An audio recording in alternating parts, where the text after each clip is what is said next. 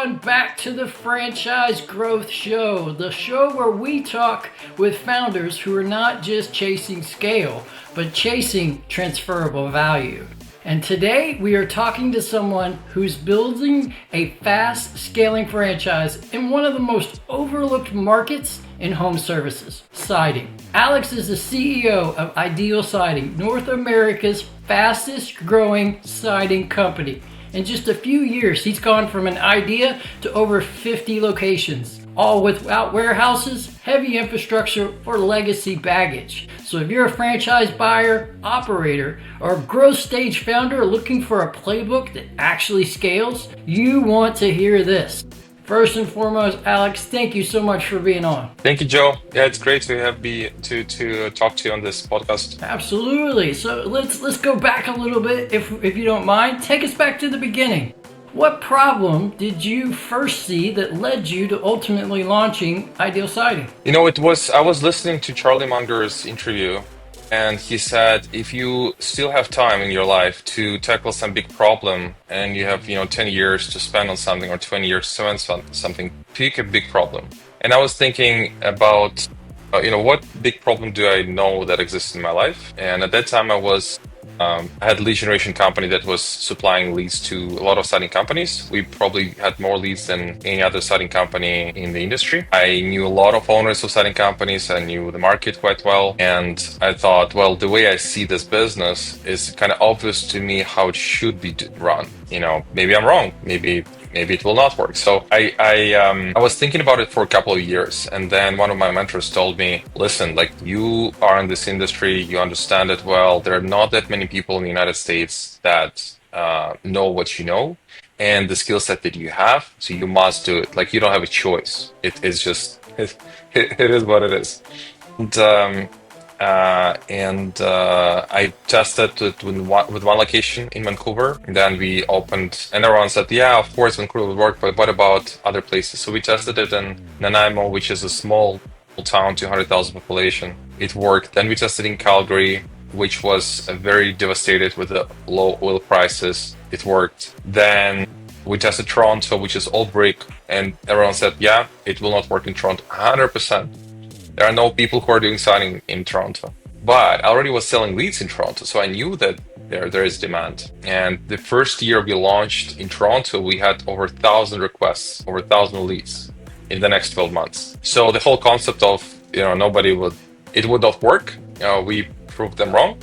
And after that, we started franchising. After that, we realized that our model is actually is a working model for all of those different markets, and we started franchising one by one. We opened 12 franchises in Canada first, and then after 2 years, once we upgraded the systems, upgraded the team structure, support team, then we started franchising in States. And also in States, first what I've done, I drove to Seattle and opened my own location to see we did well in Vancouver, would it work in Seattle?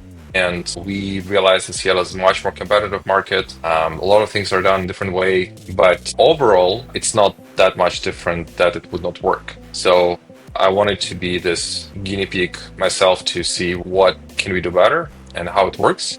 And then we started franchising in the States. That's kind of very, very slowly. I think we launched 4 or 5 locations first year, after already having 12 in Canada, then another probably 10 or 12 next year. We're growth, even though we started franchising end of 2022 in States, so it's 3 years ago. We have 93 locations now, but we actually did everything slow, at least in my mind. We were not overstretched with any support or anything. It was always planned, kind of training 2 franchisees at a time, launching them, supporting them, the next 2 franchisees, and kind of step by step. I love that. You tested demand before you launched full scale. You recognized some early signals that told you could franchise this. And then you really put yourself and your mouth where your money is, right? You went to Seattle and you proved the concept, not just in Canada, but in the US. And then as you did begin to scale into franchising, doing it on a slow pace where you can support those early franchisees to success is just phenomenal. So like kudos and congrats to the way and the methodology that you did it, and certainly to the growth trajectory that you have up until this point. That's amazing. You are in a pretty big market. I think it's like $60 billion or something like that market with pretty low franchise saturation. So why siding? Why is that such a strong category for new operators? This is the question I had for all those years that I was contemplating. I was trying to find anyone with a franchise in their title, whatever they are, bank lenders in franchising or franchise consultants or franchisors, franchisees, and I was asking them the same question: why is nobody doing this? And I've heard a lot of good reasons, and not a single person told me that it actually might work. And then I got introduction from another person to another person to another person, and then there was one person that said, under those two conditions, it might work. Tell me how you're solving those two. First one is, how do you keep franchisees interested in paying your royalties after the training and after they're already running everything? What value do you provide after that?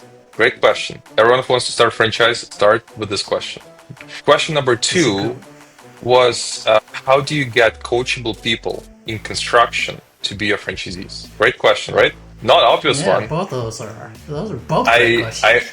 I only realized that she knew what she was talking about long after, but she was VP of CertaPro. Okay. When I was talking to her, she already had her own other businesses and things like this, but before that, in her career, she was VP of CertaPro. And CertaPro grew to 700 million in sales as a painting franchise, right? Painting is not as complex as siding, but it's still a complex business. You deal with this customers, same kind of homeowners, customers, commercial, residential. It's kind of similar, right? In a way, siding is definitely more complex. There are more products, there are more options, things like this. But I thought, if CertaPro was successful at this, why wouldn't we be successful?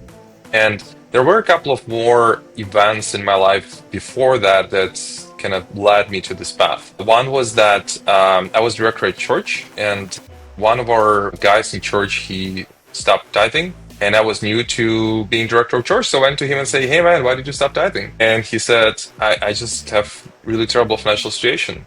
I am a siding installer. I was paid $4 a square foot, and the owner of the company just came to us and said he'll be paying $2 from next to, like, it happened like a month ago before I talked to him. So de facto my salary was cut in half, and I took it as a really good reason to take care of family first. Ask me, how can I help? And my background is marketing, digital marketing. I have a degree in computer science and finance, so I'm first of all, I'm a digital marketing person. So what I told him is that, let me do some research and see if I can help you to get clients that will be paying you more. So I started calling siding companies, and one siding company told that we are charging $22 a square foot. And I was like, all right, he gets to 22. Materials probably are very expensive, because coming from Europe, it's very common that materials are like 60-70% of revenue, and labor is cheap. So that was my understanding. So I called suppliers. Of course, they didn't tell me price per square foot. They told me like, oh, the box, this, or square. They were talking language that I didn't understand. It took some time for me to get them, what's cost of one board, what's the size of one board, how much this board covers. So I did my calculations like, okay, it's $2 per square foot materials. $2 materials, $2 labor, they're charging $22. Sounds like a great business.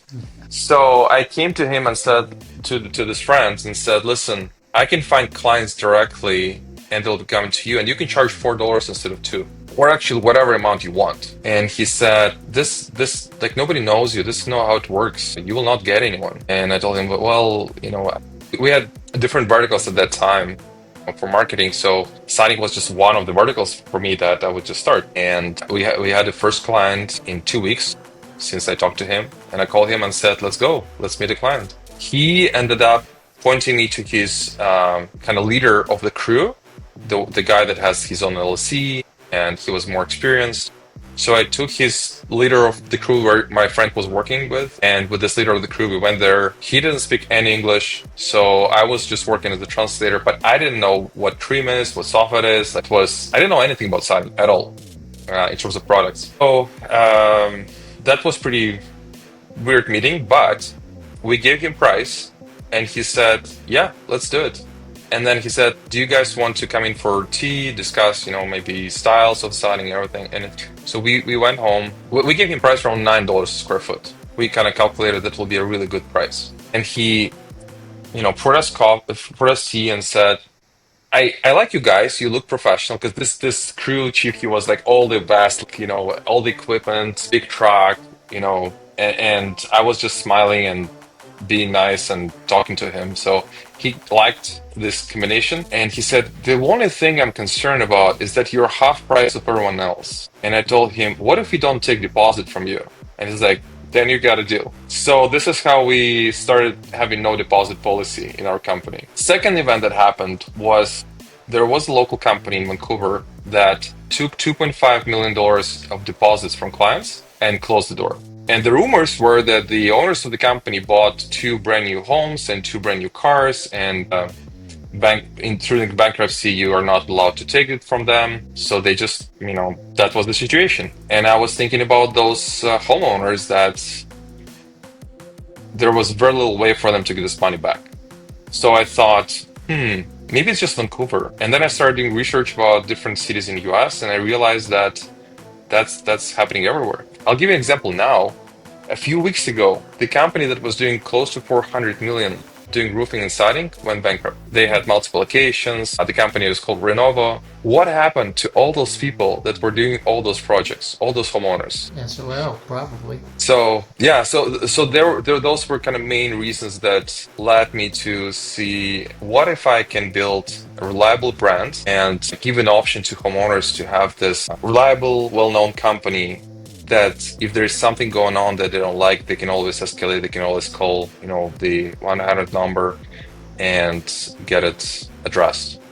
So that was the idea. And my goal after Charlie Mangar's interview was 100 million. Like that was, I'm only building it if it's going over 100 million. Because before that, I had a publishing company. We had 140 people working for us. So I already wanted to build even bigger business. So I wanted to have 100 million. That was my big heritage goal. I love it.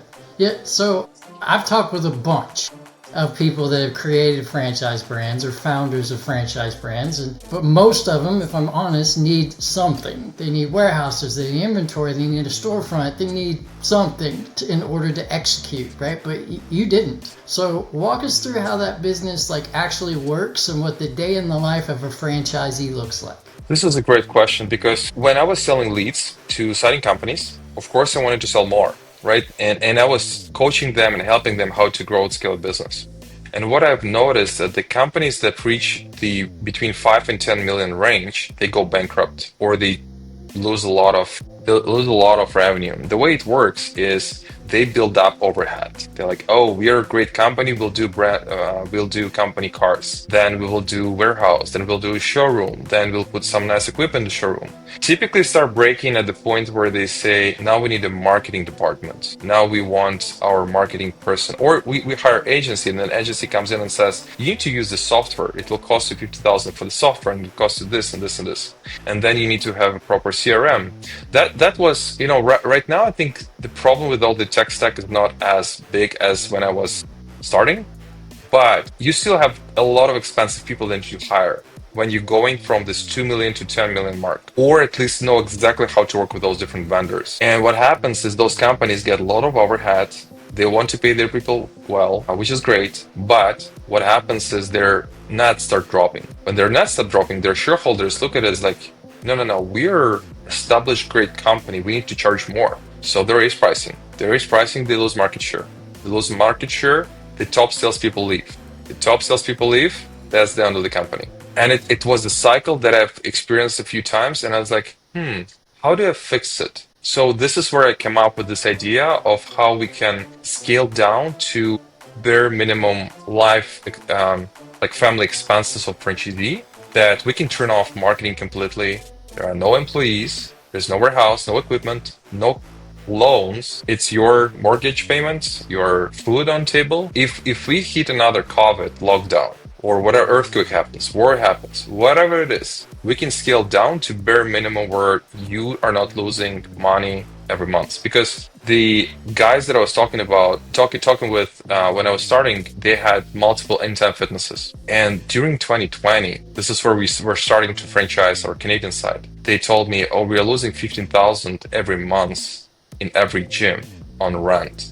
And we let go every single person. Government will help with this somehow, but we cannot not pay rent. And I was like, and I kind of multiplied the number of gyms they have and every month, and it was you don't even know when it will stop. But again, you're losing revenue, you're losing equity, you're losing your P&L.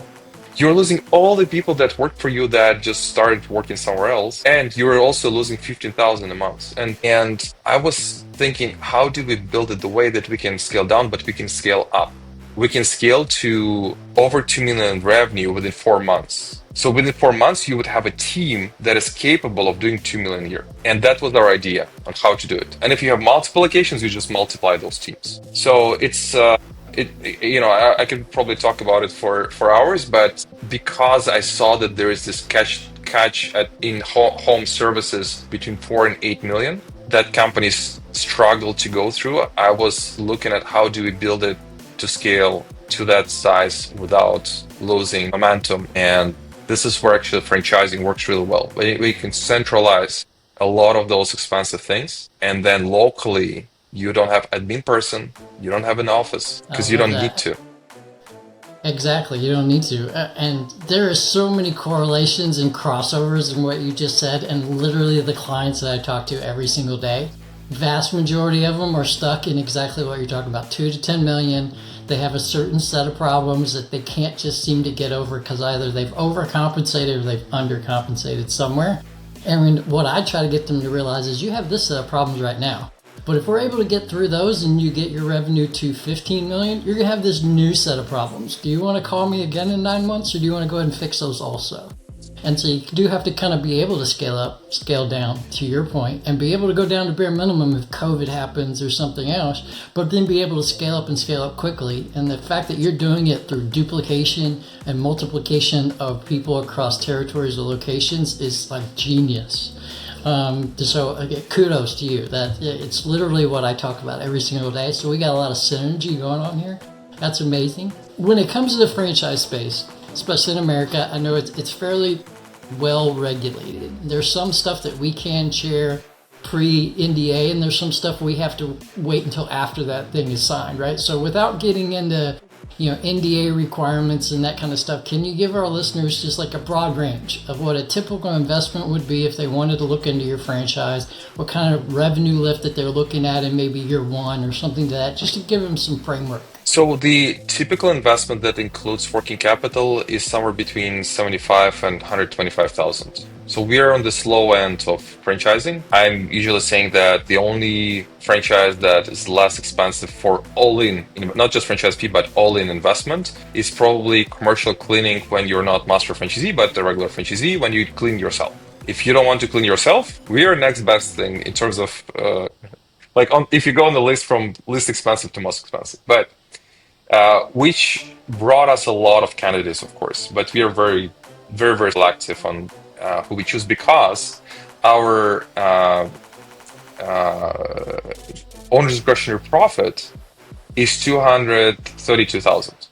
And a lot of those people are in first year. Like we don't have, $30 million company that we add to our averages and our averages goes up. Like those are guys who just started, or my companies that just started. And I have shares in 5 locations. So, but we are in the same boat. We just started. We are in this first years of business, and maybe we're lacking some of the experience of 20 years. But we're actually hired those people that have experience, and we're now at the forefront of the industry. We're changing things without being stuck with old principles and old tools. So this is kind of the bot part. First FDD we did in States, I put break even after X month, and then registration states said no, you cannot have it in the FDD. So because that, like if you think about our numbers, you kind of you can do the math. Yeah, But it's pretty quick. yeah, for our revenue, again, mostly for a big part chunk of those are first year is 950,000. Wow. So, listeners, take note: low investment, quick break even, high ROI, and more of an executive model versus an owner operator model, which is quite literally what most people are looking for today. So, like, take notes. If you're not already, get a pencil and paper out. This is a master class right now. So you obviously have built a ton of systems around crew hiring, marketing, how you quote, how you make all those things repeatable when you go into a new territory, a new city with a new franchisee, right? So what's the secret to doing that? What's the secret to making something repeatable regardless of geography? I mean, the model that we use, the marketing we use is very similar. There are some things that are different in some of the markets, and it takes, I would say it's like 20% different things and 80% are all the same. And it takes time to get a chunk of market in the market that you open. So I would I would say that every person who starts in your market, they just need to know that if they're in less competitive market, they will get up to speed and get a big chunk of market very fast. Problem is that they will hit the ceiling also sooner because there are just that many jobs that are happening in a smaller town like Nanaimo's 200,000 population. We have only so much renovations we can do. And then if you're in big market, competitive markets, the ceiling is far, like there are companies that are doing over 50 million in this space in some markets. So it's you can build very massive business, but to get this initial market share will take longer and will be more expensive. So the difference that we see across new markets, it all depends on how big and competitive the market is. And it's not just one better than another. You just have pros and cons. We had a conversation about what is better to have 5 locations in low competitive environment or have one large one. I'm actually curious what do you think, Joe? I'm gonna Like go with the similar five. I'm gonna go with the revenue. 5. Yeah, Yeah, I'm gonna go with the 5. I'm gonna go with the yeah, 5. yeah. I said the same. I want to go with the 5, the same revenue that one. Why? Because for those 5, it will be easier for me to find managers, and they don't need to be super people in a low competitive environment. In high competitive environment, my team should be a team. Otherwise, there's no chance they can win. Yep. Lower barrier of entry and higher quality of employee that you can retain at a decent labor rate. So yeah, it makes sense. And if you do same revenue in 5 territories versus one really large one, you're likely spending a little less in marketing on that side of the equation as well, because you're not having to go against that larger level of competition. So not only is your labor less, your competition is less, and therefore your marketing is less. So it's like a win all the way across the board. Yeah, exactly. I love that. So you mentioned already that you have had a lot of interest in recent past of people wanting to get into your model, but that you guys are very selective in terms of what you look for and the type of individual that would be successful. So what kind of person is that? What's the type of person that thrives in your system, and ultimately what's the opposite? Who doesn't fit? So our average check is over 18,000. And for more mature markets, it's actually significantly higher. Some of the projects that we have are over a million. So we bid on expensive projects. So think about who would you trust to buy a car from, like a brand new car. So when we onboard people, our kind of qualifier is if this person would be able to sell high ticket item. Now, what helps overall is previous sales experience or previous management experience. So typically people who manage other people are more mature in terms of emotional intelligence. People with better emotional intelligence, they're actually better at closing high ticket items. So one of the questions I ask people is how many people did you fire in your life? Golly, I couldn't give you a number if you're asking me. Too many? Maybe that's a bad answer, but that's the honest answer. But when we have a candidate and we ask him how many people did you fire in your life? If it's 0, it's one case. If it's 3, this person knows how difficult it is. This person knows how everything works in terms of managing people, and it tells us a lot. So it's one of my most favorite questions because a lot of people avoid doing this, but it just shows how responsible you are, how good you are with people, and typically letting someone go is a win-win for this person and for the company in most cases, but it's very difficult to do. So we're looking for those people that are mature in terms of EQ and or people that had sales experience that they would thrive in this environment. Some people from IT sales background or tech sales, they say, well, my deals were 300,000 average, right? So for them, if somebody is asking for a starting package for 100,000, they're like, yeah, it's only 100,000. It's easy. Let's do Yeah, this. Sign the yeah, piece of paper. Let's go. yeah. Yeah. I love that. I know inside of your system you guys have a ton already, right? Because you've had a pretty substantial growth pattern. And within that, you got some owner-operators, you got some semi-absentees. What's your take on the absentee ownership inside of the home service industry? I spend a lot of time to think about it. I actually created an index to measure how stable business will be with the absentee model, and I'll share with you later on. It's something that I was thinking about for a long time, and I talked to a lot of people about it. The only way in home services, home improvement industry to build absentee business is to build at least $5 to $6 million business. Because otherwise you will not have enough resources to hire a decent management team to run your business. I'm not aware of any case in the whole industry that has specifically home service. I'm not talking about retail. I'm not talking about gyms. I'm talking about home services, home improvement. I'm not aware of any company that has absentee model below 5 million. California Closet is absentee, 7 million average. Paul Davis absentee, I think there are 6 or 7 too. Or I don't remember last. I know the biggest one was 60 million. So Serta Pro, 2 million doesn't work absentee. In painting business, for example, paint roofing, whatever it is, doesn't matter actually. Only way to do it is to keep it very, very simple. Complexity kills scale. And those companies that offer all types of services, even at $5 million, they will not be absentee. Never. Because they're in GC market, in general contractor market. General contractor is absentee at 20 million. You cannot build general contractor business below 20 million that is fully absentee. And by absentee, I mean you're checking financials once a quarter, and the business is still profitable, and the business is still growing. It's not that it's losing money, everything is falling apart, you call it absentee. That's not absentee. Now, if we go step back and say semi-absentee, we need to define it. I would define it as 20 hours a day, 20 hours a day. Yeah, of course, 20 hours a day. 20, 20 hours a week commitment. 20 hours a week commitment. Let's call it semi-absentee.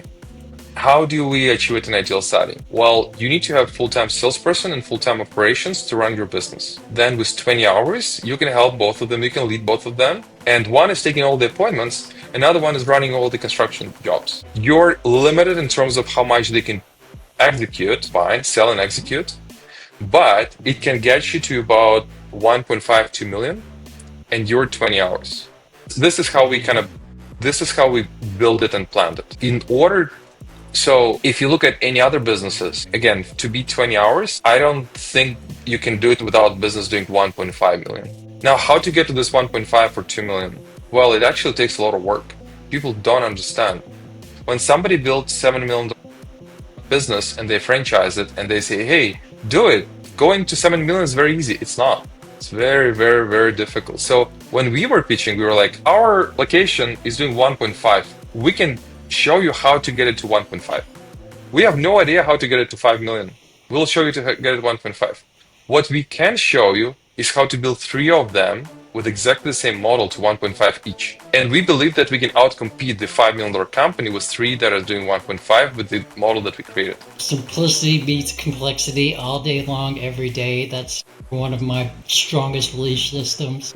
I also believe there's such thing, and it's John Maxwell, so I take zero credit in this, but law of the lid, like there's only so much that any individual person or any individual team can handle or utilize or leverage. So your goal as a leader is to maximize that and then go replicate it. And that's exactly what you're doing through your model. So I love this. This is like getting me excited. What is the hardest part How about going from a franchise system with 5-ish locations to north of 50? There's got to be scaling pains to that, similar to a business going from 2 million to 10 million. There's scaling pains, right? So what is the scaling pains of a franchise system that goes from a lower number to north of 50? Well, because we scale kind of fairly slowly. Again, it might seem that 3 years, 93 locations, that like crazy, but that's not like we actually did it fairly manageable. The guys that are very successful in franchising told me that the sweet spot is 15 franchisees. So 15 franchisees a year. If you launch them,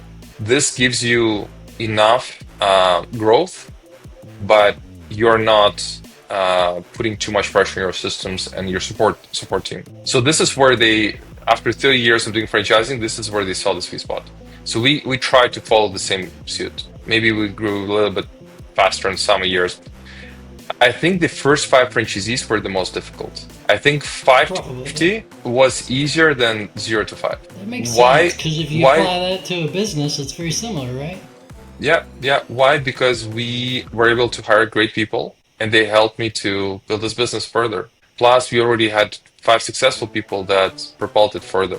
But building those 5 first successful ones, it's so difficult. It's crazy. If you talk to any franchisor who is successful, you don't understand how much effort they put into it. Effort and money and sleepless nights, and it's you need to build 5 businesses for 5 people that you just met. You need to build it, not them. They need to build it. You need to build it. Otherwise, you cannot grow from 5 to 50. You need to build it even if they don't want you to build it. Like it's kind of counterintuitive, but the more I learn about this industry, the more I see how much effort those guys put in the first 5-10 franchisees. Mm-hmm. And then I was at an event recently with Brian Scudamore, and he's doing close to $1 billion in system-wide revenue with Got Junk and Shuck Shine and Wawane Painting.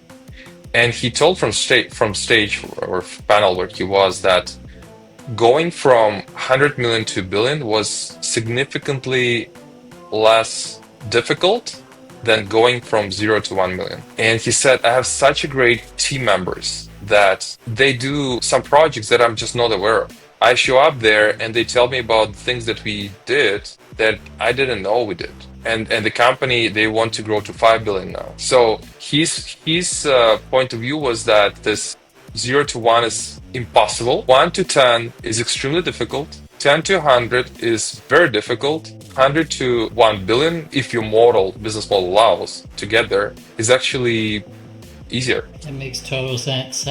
Speaking from someone who's built companies, I 100% agree with that. The first million or two is the most difficult million or two that you will ever get to. And then by the time you get there, almost intangibly, you have systems, people, documentation, playbooks that are replicatable, that then you can hit a little bit of a fast forward button. It's very true in the franchise system. So this is great. You got extra time? Because I think we should go long on this episode. Sure.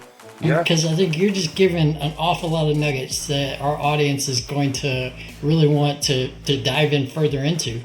As you continue to scale your brand, like you're approaching, the century mark, right? How do you protect culture in scaling that fast? Yeah, it's the most important question. And I think it starts with support center. So all the people that we have in our office we have internal marketing, HR, finance, call center, design, like a lot of different departments, having people that breathe this culture that we wanted to build from day one. That's what led us to bring franchisees that are accepting this culture. So it was, and again, I would not define that we grew fast. We were accepting 2% of all applicants to buy our franchise. We would accept. That's awesome. Out of 100 applicants, we would accept 2 people. That's amazing. And now we have even lower because a lot of people applying in the markets that we already sold. So just because we cannot, not because they're bad candidates, but because we cannot sell them anything in that market, now this percentage goes even lower, acceptance rate. We were very, very careful about who we want to get on board because we want to be number one signing company in every market. So our parameter was would you be able to, or do you want actually, or do you have capacity, skill set to build this leading company in market or not? And uh, our first franchisee was ex-CEO of one company that was owned by Amazon. He's Harvard MBA graduate, very smart guy, was CEO for a long time with different companies. He was our first franchisee. After having him and again, he just applied. When he filled out the application, I thought it's a joke, that somebody's making fun of us.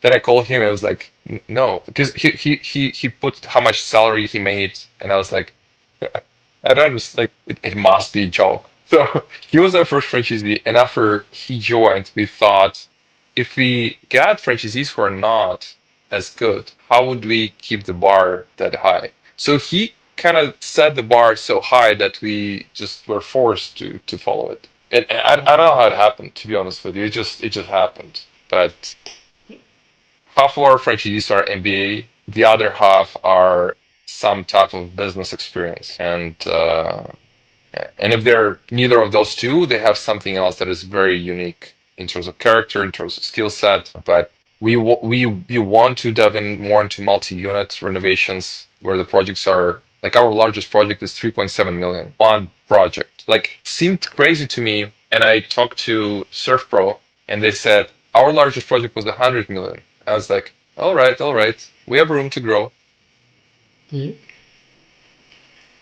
All right, you know where the bar should be now, right? You got to raise that up a little bit. Yeah, he shattered my ceiling like in one sentence. That's a good shatter, though. You Yeah. learn Oh that yeah. there's always room for growth, so that's Exactly. fantastic. Exactly.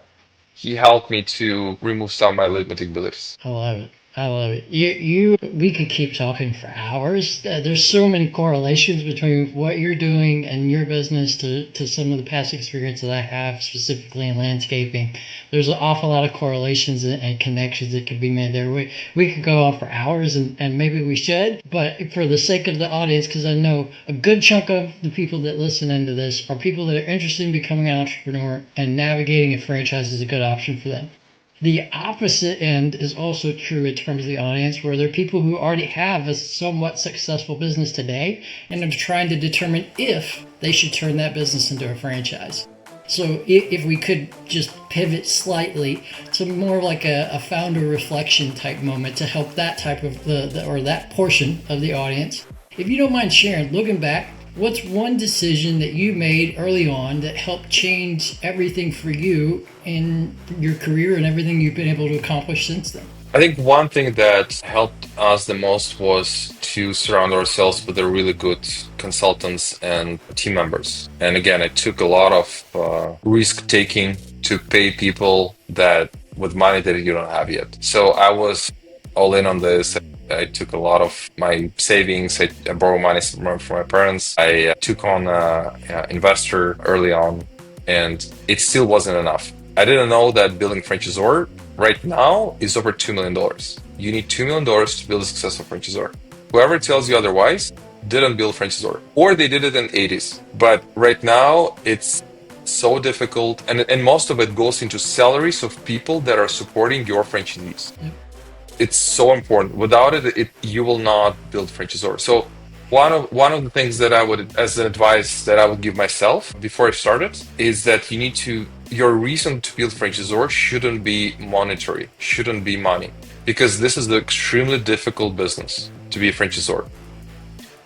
If the person does it just to make money, they will fail. It applies to many other businesses, but franchisor specifically, it's a very personal business. If you have only one or two things go wrong, the whole thing collapses. It's a leveraged business. As a franchisor, if things go well, they go really well. If things don't go well, they don't go well very fast.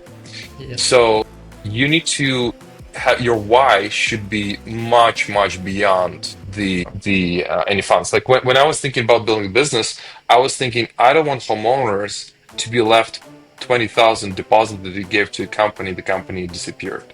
On a small scale, on a bigger scale, I wanted to make sure that homeowners actually can rely on the company, that will be done and it will be done on time and it will be done well. This company didn't exist and still doesn't exist. Our largest competitors charge twice what we charge, and their warranty is 25 times worse than ours. Wow. Like, this is how bad it is. And this is the most expensive piece of renovation. So I had a very, like, again, and there are a few other personal reasons that I can, share some other time, but I had a very, very strong personal why I would do it. Even if I don't make any money, like, even if the end of it, I don't make any money, I still did it for reasons that I believed are good reasons. On the other side, when you're buying franchise, there are so many different options that you just need to, again, surround yourself with smart people. You need to sit down with someone who has exposure to multiple brands that had business before and talk to them, because it's a very serious decision in your life. You investing big chunk of your savings, and sometimes in some cases you have SBA with your house as a collateral, and now your primary residence is on the line with your kids living there. So it is very, very stressful once you understand that you picked the wrong franchise. So you need to work with someone who knows how to pick a good franchise. Otherwise, you're risking a lot. It's Franchising is also usually like starting business. What was, I think, difference from starting business versus a job is it's also leveraged. If your franchise goes well, you scale it further. You build either a great stream of dividends, or you build equity that you can sell for a very good amount of money. And if it doesn't go well, you might lose a lot of your savings that you have, and a lot of time, and a lot of stress, and a lot of health, like a lot of things. So picking the right franchise is very, very, very important. I don't know what else. Like, I can go into details, but this is like overall concept. No, I've literally said almost those exact words to clients before that, I got whatever, $150,000, tell me the best business that I should invest in. Well, there's an awful lot to answer that question. Like, we need to kind of slow down. Or, I've got a $2.5 million business and I want to make it a franchise. Well, that's awesome, but there's a little bit more to it than that. And so, like, we quite literally are simpatico when it comes to those two answers. So thank you for sharing that, because it doubles down on things that I've said in the past and my belief system as well. That's why I created the company I have today. It's not because it makes me money or anything like that. That's a benefit. That's not the why. The why is I want to help others. And it sounds like you did this for the exact same reason. So yet another reason we have cross-pollination going on between the two of us. I love this. Alex, this was fire, dude. This was probably one of my most exciting and favorite episodes that we've ever done on this show. So thank you, first and foremost, for taking time and going a little over on time as well for myself and for our audience. I sincerely appreciate it, sir. Thank you, Joe. Let's do more episodes on different topics. I really admire what you have achieved in your life with business. And you are not just an entrepreneur, you're a serial entrepreneur, it's a different kind of type of people. Not many people start other businesses after they exit business. And I really appreciate what you're doing with this podcast and overall with helping people getting into business and achieving their big audacious goals. So thank you for that. And I definitely know that we have a lot of other topics we can just focus on and later on and take them one by 100%. We're going to do it. We're going to, audience, if you like this episode, you want to hear the next iteration, stay tuned. We're going to get it on the calendar between him and I, and we are going to dive deep into several of these concepts because I think it's going to be substantially beneficial for you all. Here's what I'm taking away from this episode. You don't need a warehouse to scale a service business. You need systems. You don't necessarily, in fact, you probably don't need big markets, because big markets don't always mean great scale. They mean big competition. So you want to enter the right model. And finally, hustle doesn't necessarily equal scale. It helps, but it doesn't equal repeatability does. So if you want to know if this particular franchise fits your goals, DM me the word siding and I will send you Alex's 2-minute drill on the ideal siding franchise guide, and we will talk through if this model fits you and, more importantly, if you fit them. So let's get out there and let's build something worth owning. Thank you, everyone. Have a great rest of your day. Appreciate you all.